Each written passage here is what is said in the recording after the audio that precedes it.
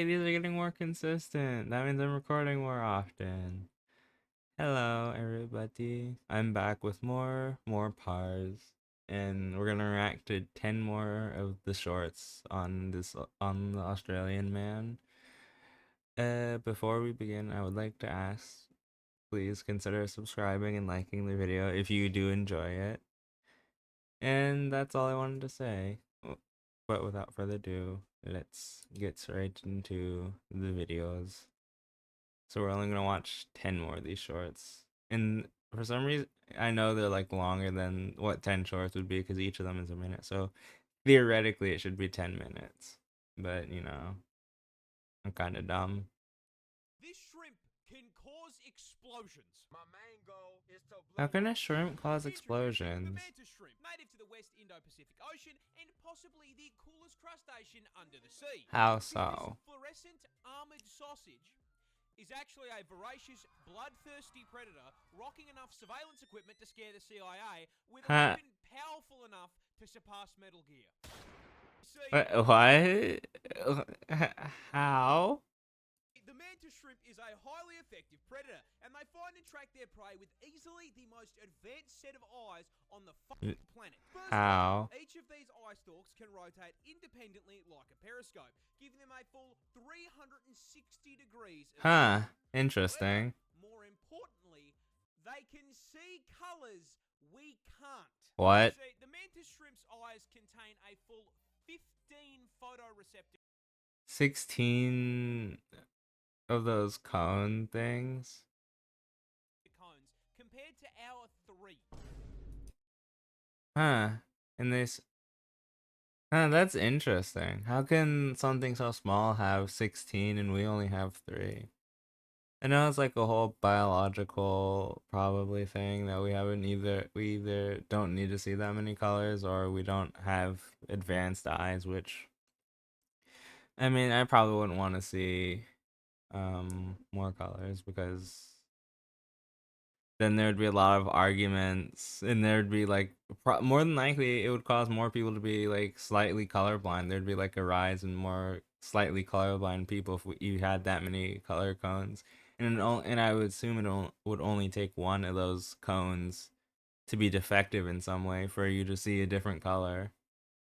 Huh, so maybe it's good we don't have that many cones. Which is a fancy way of saying they can see in 16K HDR with ray tracing enabled at 500 render distance. Now, not only is the visual clarity unmatched, they can also see into the infrared and ultraviolet light spectrums. What? And despite all of this, they still can't find who asked. Damn. I could see all of that and they still can't find who asked. What they can, however, find is their next meal. The mantis shrimp subsists on a diet of fish, worms, squidward, and, most importantly, Mr. Krabs. Now, crabs famously exist inside of a defensive shell. So Uh-huh. how does this polite little gentleman break into the shell? Simple. He throws hands. What? How can he could break a shell That's like right, that? weighing in at only 90 grams and 38 centimeters in length, 12 the mantis shrimp inches. has a punch that produces 15,000 newtons of force. It, That is 100. it's the same as, so it would be if you got hit by this thing or attacked by it, it would be the same force of being hit by a being shot. Huh, interesting. I wonder if there's any cases of people being attacked by one of these tiny things or being harmed by them, I should say, because I would assume they wouldn't attack humans. 76 newtons per gram. So if a human was capable of that same kind of force, a right hook from someone who weighs 80 kilo would be like 170 getting hit in the pounds. face with 6 sticks of dynamite. You would just To die. produce that force, You'd just its die if core that force needs to hit be you in the moving face. at 83 kilometers an hour, which is so fast it creates a So that's because I saw a video on Twitter a couple days ago with something like this shrimp hitting some like a eel. So that's so it can be heard in aquariums. through the thick glass of the aquarium. That's interesting. Vacuum in the water called a cavitation Ah, bubble, and it's which hotter than then the surface of the sun. immediately collapses at such a speed it creates a miniature explosion that flashbangs the target Okay. and reaches a temperature hotter than the surface of the sun. Mr. Krabs is getting disintegrated. Money, money, money. I have a question on that.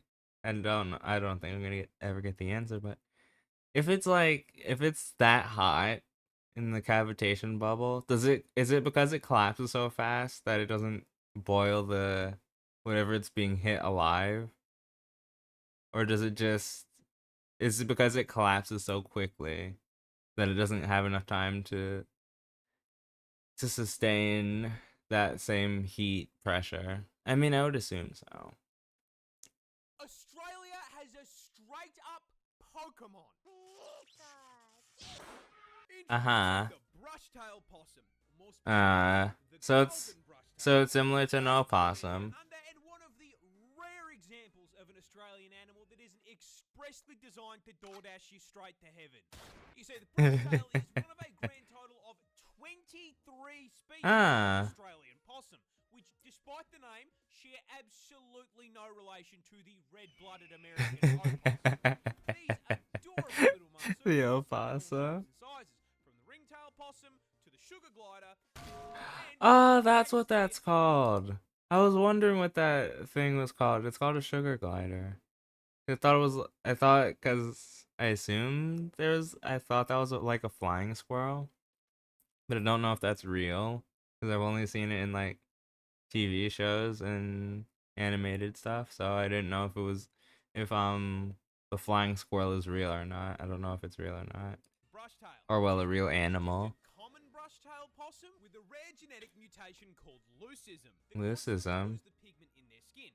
So basically, it's a fucking shiny Pokemon, hanging around for True. one-love kids. Isn't there another condition where things lose the pigment of their skin or something that's similar to this, but it's not like it's not the name the exact same? Because I know I heard another term, I just forget what it's called. Kilos and 40 centimeters in length. It could be the same term, and they could just be mixing, but I don't know. These tree-dwelling marsupials are nocturnal and primarily herbivores, mainly consisting on a diet Huh. of leaves. Primarily However, for the interesting. cute points, as marsupials, yes, they carry around their babies in a little pouch like their roided-out cousins in the Huh. zoo. They have However, a complaint fingers pouch. from Australia, you didn't really think these bad boys would be squeaky clean, did ya? You see, they aren't entirely herbivores. Sure, they love a good salad. They will also quite happily raid a bird's nest and turn Uh, Tweety's kids into a 3-egg omelette. Road that goes makes Papa. sense.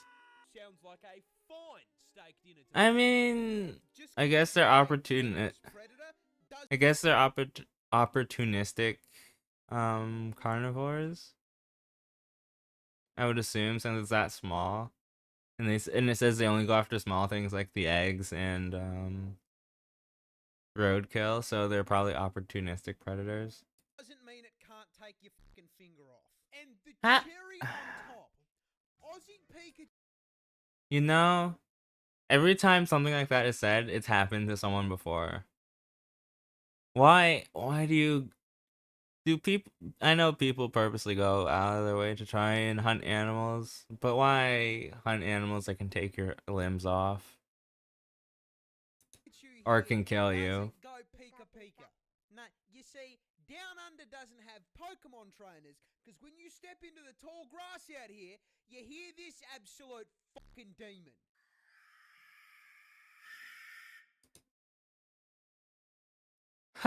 That's totally not horrifying. If you hear that at night, if you hear that at night, you're just running. That's death. To in the daytime, it might be acceptable. In the nighttime, that is death coming for you. That is basically the sound of death coming for you, and you best get home. Scientists just de-extincted a 12,000-year-old dog. Well, never Why? mind it. You see, a bio Why? don't a lot of games and stuff say that that's a bad idea to de-extinct stuff? I've never watched Jurassic Park. I've heard a lot about it, but didn't that teach people not to rediscover or reverse the extinction of animals because it's like a bad thing? Don't movies ever teach people that it's a bad idea to do these things in real life? Engineering company called Colossal has dedicated itself to doing what every single Jurassic Park film has told us is a bad idea. Bringing back extinct species. And recently, Yes. they made a breakthrough. They're They extinct managed for a to reason. the 12,000-year-old direwolf. Direwolf. Those big-ass puppies from Game of Thrones that the Starks had, yeah, those were actually a real-ass animal, alive during the late Ice Age. And the best way I can describe them to you is basically a wolf on steroids. Yeah, buddy! A direwolf. I've heard about them, but I've never watched Game of Thrones. Huh. Things were bigger, faster, and stronger, estimated to have the highest bite force out of any canine. And in a Huh. The highest bite force. move that I'm sure has no implications, they have managed to Handmade horrors. to life. These two little guys are Okay, that was adorable. And huh. They do look like a lot similar to wolves. 6 months old and have been 6 living on a months. private plot of land with 24/7 veterinary care. However, they've only just been shown off to the public, with the company going so far as to get a photo op with George R.R. Martin holding Who? these adorable little killing machines, showing that man will literally interact with an extinct species before he finishes that last book. There is, however, one small problem. This isn't technically a direwolf. You see, by merit of them being extinct, short of specking into necromancy, you can't exactly bring them back. I see. Where this guy comes in. You see, the grey wolf shares 99.5% of its genetic code with the direwolf. So the gray wolf would technically be like a modern day direwolf, but it's not completely the same. It's like 95% the same as a direwolf. Would that mean the direwolves evolved into the gray wolf? Wouldn't that mean that? Wouldn't that suggest that? CRISPR gene editing, they basically toss the grey wolf back into the spore What? creator, then using the code found in direwolf fossils as a build guide, juiced the out of it, boosting the size slider and putting some extra points into strength, as well as adjusting its head shape and teeth. All in all, they made a total of 20 edits to 14 genes, producing the closest thing we can get to a direwolf short of time travel.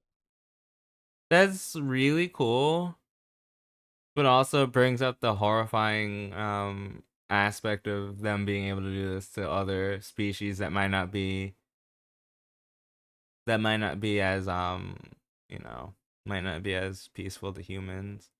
It might be slightly dangerous. Which is cool as And it also brings up the prospect of them creating stuff that probably shouldn't exist. I give it 5 years before a man-made horror beyond comprehension breaks out of that lab and we are all playing Resident Evil. Yeah, that's what I mean.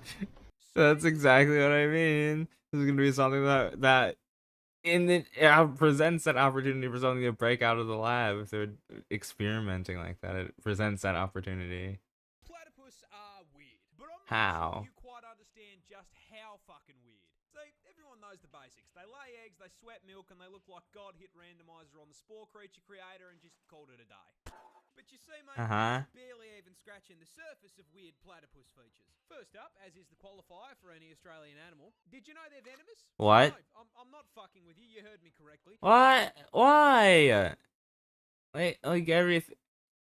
How do people in Australia live with basically every single thing being somewhat venomous? Platypus actually have venomous spurs on their hind legs. These spurs are multi-purpose, acting as defense from predators, as well as a tool for throwing hands with other male platypus during mating season. And while their venom is non-lethal, that doesn't mean It's not lethal. doesn't fucking suck. See, platypus venom can cause extreme pain and swelling, and to ensure you remember not to fuck with them again, these effects can last for several months and have no treatment or antivenom. So if Perry stabs... No, how do you live like that? Genuine question. How do you live like that? If it's immune to pain meds, there's no anti-venom for it, and there's no way to realistically treat it. What do? You just have to sit there. your shit, your only option is to cry about it. Next on the list of offensive capabilities, Cry about shit or it. not, platypus share the same hunting method as sharks. What? That big ass bill isn't just for show, as it contains enough surveillance equipment to make the CIA blush. Possessing the ability to sense changes in pressure in the water, but most importantly, containing electroreceptors that track electrical signals from muscle contractions made by their prey. Meaning that when Huh. the casing starts quaking in fear, they know about it. And last but Huh. not least, That's as very already interesting. unbelievable, we recently discovered something new. Platypus are fucking biofluorescent. Oh, I They did hear glow. about this. If you hit these things with a black light, They turn like glow a yeah, fucking green. like And the like best part of that is we have no clue why they do it. I guess it just means Perry was biblically yeah. I'll give up, man. Who fuck? Yeah, they go like Perry. Huh, I heard about that like a couple of years ago. Like there was an article that I read that said, not an article, but I just was skimming through and I just saw it. Like platypus glow biofluorescent. Australia just found a new insect. Why? We don't need any new insects. Certified Australia moment. It is unironically called the fucking Lucifer bee. Oh, great. Of course we have the same. Oh, great. The snakes and the spiders and the fucking dinosaurs weren't enough. No. Now I gotta dodge a rejected doom enemy on my walk to work. I heard an Australian In the commune. closest climate to hell on Earth, Western Australia, these bad This boys is are named what after is? the Lord of Hell for two. Does that mean it's like? Would that mean it's like incredibly hot there? But no, I'm not gonna say that because it could be wrong. Reasons. The first of which being the giant fucking demon horns bolted. Is that how they sting? Now, those horns aren't just there to look scary. It's defensive. They're actually a defensive mechanism Yeah. to protect the demon bees from bigger It's a predators. sting. However, only the ladies of the species stay strapped, as Ah. are only found on females. Meaning a more accurate name for these absolute girl bosses is the Karlak bee. But a pair of spirit Halloween horns can't be the only reason they're named after the devil, right? Yes. I mean, there's Do they have like something a else. painful Maybe sting? fire. Maybe they've got a pitchfork for a stinger that injects you with acid venom. The answer to that is no. What? A normal honeybee. Why? Why would you give that a name like that to like a normal honeybee then? The reason is that lead researcher Dr. Kit Prendergast was watching the Netflix show. Biggest cock I've ever seen. And this isn't even the first time she's done something like this. Species after her pet dog. Fucking based. So she's named. Yeah, that is true. Someone discovered if the lead scientist discovers a new species, they get to name it. Huh. Interesting. This bird can straight hit you with a Mortal Kombat fatality. What?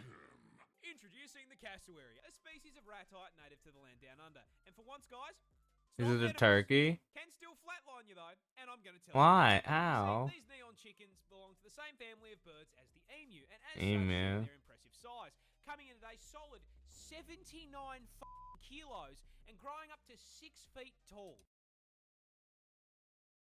Birds do not need to be that big. Birds do not need to be that big. Birds do not need to be that big.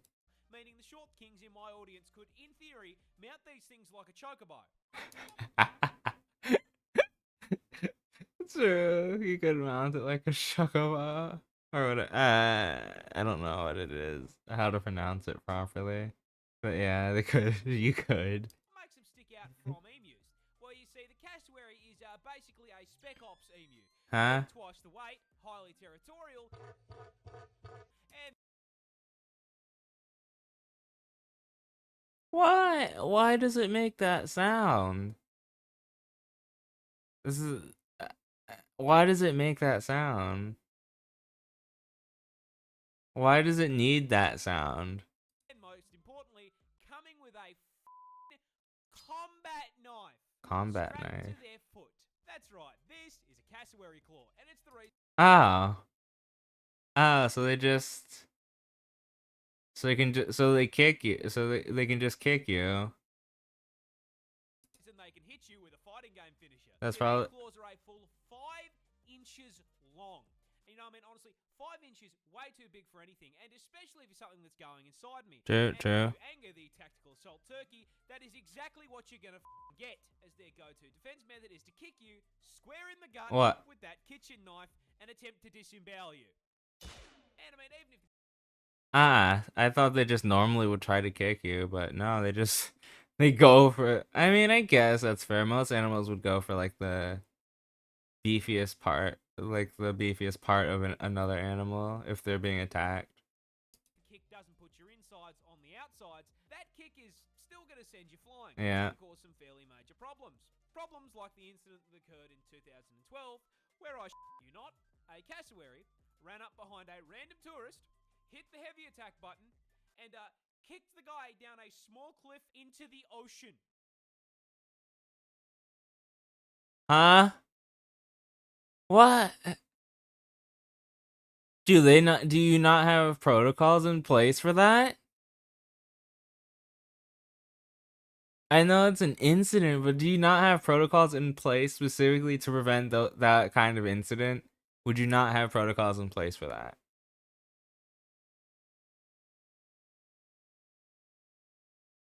That I'm not even gonna lie, that's a little ridiculous how that could happen. I mean, I guess there was no concern for it unless if this is the first incident of it happening. But still, you would think they would have protocols in place to protect the tourists. Because a bunch of tourists, they're not that smart. And I'm myself included in that. I would not be that smart. I mean, luckily he survived. Ah, I live in a country okay, he survived. It's all good. where at any point I could be hit with a sneak attack by a kaiju turkey is terrifying. This bird But if it, why do they not have they have to have protocols in place for this unless this happened randomly out in the this happened randomly out in the wild, then I understand that. But how could, if it happened in like some sort of protected area, how does that happen? Like, cause from the background of everything it shows, it looks like they live in like wooded areas of Australia. Well, their native habitat would be there, I'd assume. This is the deadliest snake in the world. Uh Introducing huh. the inland taipan, and being the deadliest venom noodle in the world, I will give you exactly one guess as to where it's found. Australia. It's Australia, of course it's fucking Australia. Be so serious here. Where the else did you think you were going to find it? Canada? More specifically, I mean, maybe. yes, the taipan is found inland in the outback. I mean, it would either be Canada or No, I'm joking. It wouldn't be Canada. Canada is I would assume too cold for certain species of snake. But I would assume you could make the case for it being like native to Africa as well, because that's where a bunch of deadly snakes are as well, or South America. Luckily, extremely far from civilization. Huh? Because this homicidal hospital hose is the definition of size doesn't matter. So it's not that dangerous to native Australians since it doesn't live in like cities like the other one, the eastern brown snake or whatever it's called.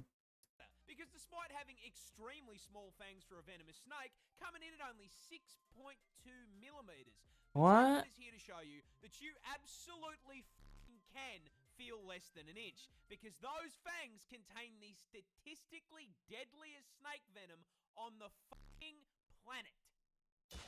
Uh, Yeah, taipan venom is a pina colada of pain, containing but not limited to hemotoxins to cause blood clots, neurotoxins for paralysis and necrosis, Yep. neurotoxins to shut down your kidneys, and 3 different kinds of neurotoxin.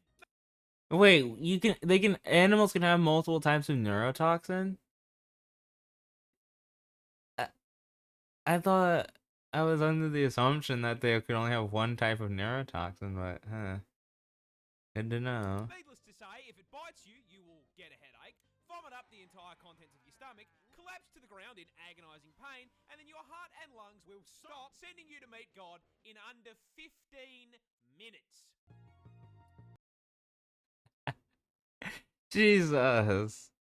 So you just don't eat. There's just no counterplay to that. You just die if you get bit by this thing. You just die.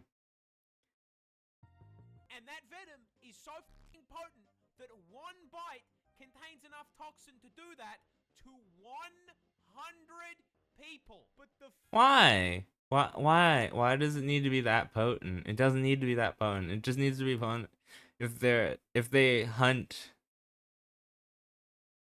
Well, if they attack humans, it doesn't need to be that potent. funniest part of this snake's venom is that in the wild, they only hunt rats and mice. The deadliest venom on the planet, and they are using it to pack up Remy the rat. It's like hunting a rabbit with a fucking orp. That's the cutest fucking thing I've ever seen. No. This is How does that make sense? The statistically deadliest snake venom, and it's used to hunt only rats and mice. You'd think they'd hunt something like big, like alligators, crocodile. Well, I assume Australia only has crocodiles, but you'd assume they'd hunt bigger things like crocodiles, that other bird that was just mentioned, the cassowary, the emu. You think kangaroos? You think they'd hunt stuff like that, but they don't. They just hunt rats and mice. I mean, maybe they're not in the same habitat, but still. This jellyfish is basically a time bomb. How? Introducing the Irukandji, a species of jellyfish native to the northern waters of the land down under, and Okay, possibly my man. least favorite animal in the entire ocean, because it is Why? just a massive, spiteful cunt. Well, massive is misleading, as this little guy is tiny. I mean, How? ridiculously small. Being not much bigger than your fingernail at the head, and basically completely fucking invisible. How do they know this exists then? If it's that small, how do you know it exists? To the naked eye. This is a fairly major problem, because behind that halo cloak frame they are dragging 3-foot-long tentacles, and shocking absolutely no one, Say the line, Bart. it is one of the most venomous jellyfish in the ocean. I'm so fucking tired of the stealth poison multi-servers, dude. This shit is broken. You see, those The 3 stealth tentacles poison cut classes. tiny little barbs, and at the barest touch, they will literally propel themselves into your skin like a bullet and inject you with the Australia special Neurotoxin. a cocktail of various neurotoxins. Yep. And upon being injected, you will feel absolutely nothing. You'll keep What? If you're bitten or attacked most of the times, you'll feel something. Because it's an unnatural sensation on your skin. You'd feel something. swimming around, splashing about in the water, kissing the homies, until you are overcome with a sudden, severe feeling of impending dread. I mean the kind of dread that will have you hysterically screaming that you are about to die. I am gonna die! Psychosis? I'm gonna fucking die! That's because the invisible cunt here does psychic damage, inflicting a condition known as Irukandji.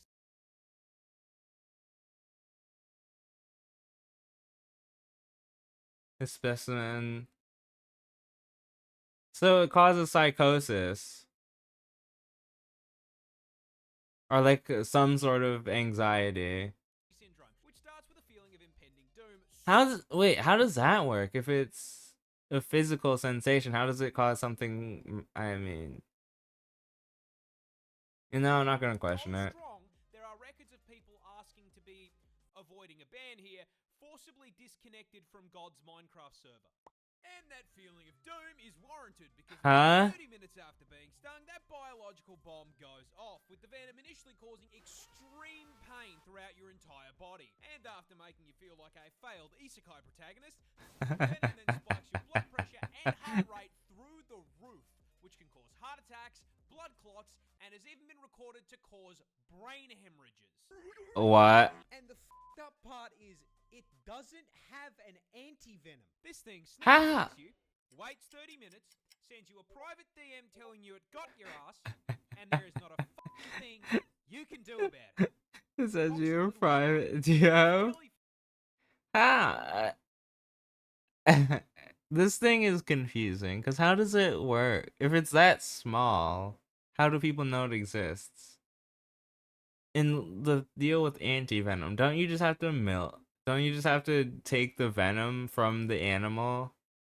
Or whatever it is, and isn't there like a process to reverse engineer it to like counteract it? Or is that just not possible with some animals?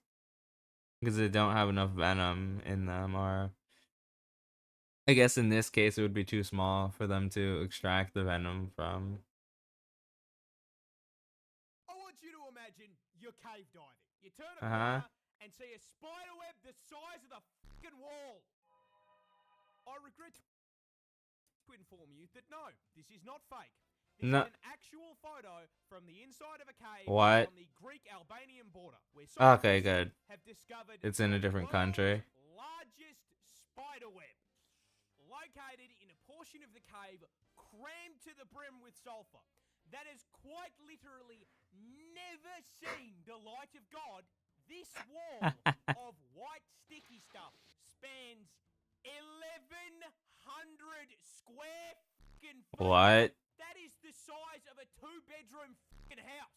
However, finding the How could it possibly have grown that big? average Australian home on the wall of a cave at Y11 Is it like a giant spider? scarier question. What the Is it a giant spider? Well, to the relief of many, no, we did not discover a giant spider lair. Okay, good. Nor is this the result of a single spider with creative mode and world edit. No, it's far fucking worse. Because What could be this worse than web that? is the arachnid equivalent of getting the boys on for a 2-week Minecraft phase. Oh. Because this web is a collaborative effort. It was built by 111,000 fucking spiders. Uh, I mean, when no, you just take a flamethrower to that. No, wait, I think sulfur is like heat. There's stuff with heat and sulfur that doesn't mix and causes explosions. Never mind. What? What? Why are you gonna touch it? That's just inviting death. Why the fuck are you gonna touch it? That's just inviting death. This frog deliberately Alright, this is the last short. its own bones. What? But why? Well, you see, this is a hairy frog found on the west coast of Africa, and the Huh. reason it hits a brutality on itself, ironically enough, is self-defense. Huh? See, these guys are small, coming in at an incredibly respectable 3 to 5 inches, and tipping the scales at only 150 grams. Huh. Problem, because they also inhabit the ecological equivalent of a fucking FromSoft game. Africa is one of the only places in the world that gives Australia a run for its money. Boss fights his basic enemies. Avoid birds, snakes, and rats on his walk to work. Now, in order to avoid this scenario, most frogs either run a high-level stealth build Or poison. dress up like a fucking highlighter and cover themselves in everyone's favorite liquid. Neurotoxin. Has read one too many X-Men comics. Because this thing actually has another name. The fucking Wolverine frog. What? Because these little guys have claws, but not traditional claws like a cat's, which are made of keratin and freely extend and retract without an issue. Biscuits made. The finger bones on a hairy frog's hind legs are held in place by a small tip of their fingers.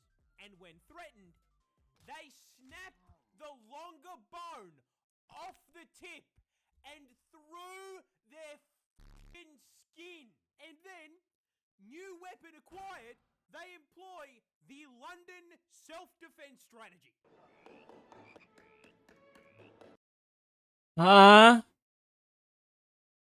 That has to be painful, right? That 100% has to be painful for the frog. There's no possible way that it could just break its bones like casually like that. It has to be at least somewhat painful, or not even if it's not painful, then it has to be irritating. Well, that was a bunch of shorts from More Parz. I hope you guys enjoyed watching these shorts with me, and until the next time, I'll see you guys then. Keep gaming, and I'll see you in the next one. Goodbye.